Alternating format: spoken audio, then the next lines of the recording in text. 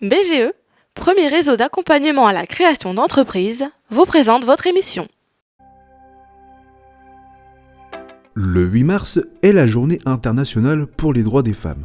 À la pépinière d'entreprise du Jovinien s'était manifesté un plateau de témoignages de 3 femmes iconaises chefs d'entreprise, Gabrielle Langlois, comptant 3 activités différentes, Linda Gedjali, créatrice de la plateforme des assurances, et Sabrina Hohengarten, créatrice de la start-up Les Rebelles.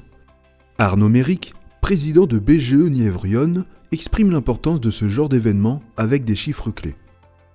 On ne pouvait pas ne pas parler de l'entrepreneuriat au féminin parce que l'entrepreneuriat, c'est quand même notre cœur de métier. Au sein du réseau BGE, il y a quand même 56% de femmes.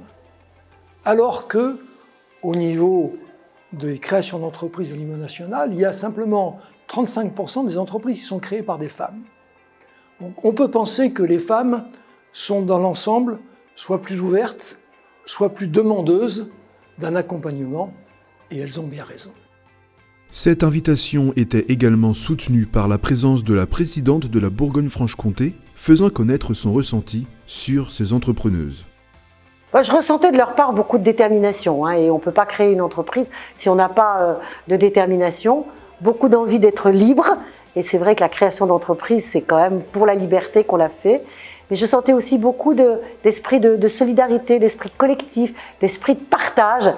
La journée des droits des femmes, pourquoi faudrait-il qu'il y ait des droits des femmes et qu'il n'y ait pas des droits des hommes ?